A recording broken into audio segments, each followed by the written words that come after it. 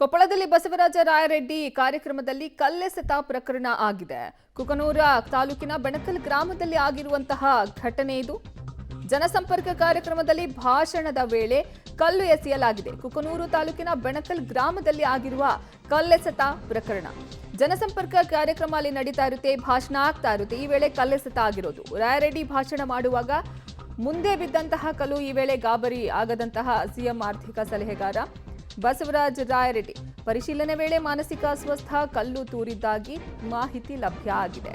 ಕೊಪ್ಪಳದಲ್ಲಿ ಬಸವರಾಜ ರಾಯರೆಡ್ಡಿ ಕಾರ್ಯಕ್ರಮದಲ್ಲಿ ಕಲ್ಲೆಸೆತ ಪ್ರಕರಣ ಆಗಿದೆ. ಕುಕನೂರ ತಾಲೂಕಿನ ಬೆಣಕಲ್ ಗ್ರಾಮದಲ್ಲಿ ಆಗಿರುವಂತಹ ಘಟನೆ ಇದು. ಜನಸಂಪರ್ಕ ಕಾರ್ಯಕ್ರಮದಲ್ಲಿ ಭಾಷಣದ ವೇಳೆ ಕಲ್ಲೆಸೆತ ಆಗಿದೆ.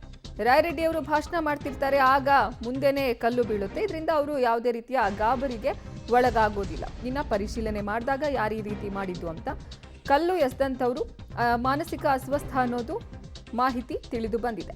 ಕೊಪ್ಪಳದಲ್ಲಿ ಬಸವರಾಜ ರಾಯರೆಡ್ಡಿ ಕಾರ್ಯಕ್ರಮದಲ್ಲಿ ಕಲ್ಲೆಸೆತ ಪ್ರಕರಣ ಆಗಿದೆ. ಜನಸಂಪರ್ಕ ಕಾರ್ಯಕ್ರಮ ನಡೀತಾ ಇರುತ್ತೆ, ಭಾಷಣ ಮಾಡ್ತಾ ಇರ್ತಾರೆ.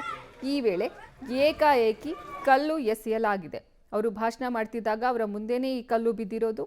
ಆದ್ದರಿಂದ ಸಿಎಂ ಆರ್ಥಿಕ ಸಲಹೆಗಾರ ಬಸವರಾಜ ರಾಯರೆಡ್ಡಿ ಯಾವುದೇ ಆತಂಕಕ್ಕೆ, ಗಾಬರಿಗೆ ಒಳಗಾಗೋದಿಲ್ಲ. ಯಾರು ಮಾಡಿದ್ದು ಹೀಗೆ ಅಂತ ಪರಿಶೀಲನೆಯನ್ನ ನಡೆಸಿದಾಗ ಮಾನಸಿಕ ಅಸ್ವಸ್ಥ, ಈ ರೀತಿ ಕಲ್ಲು ತೂರಿದ್ದಾಗಿ ಮಾಹಿತಿ ಲಭ್ಯ ಆಗಿದೆ.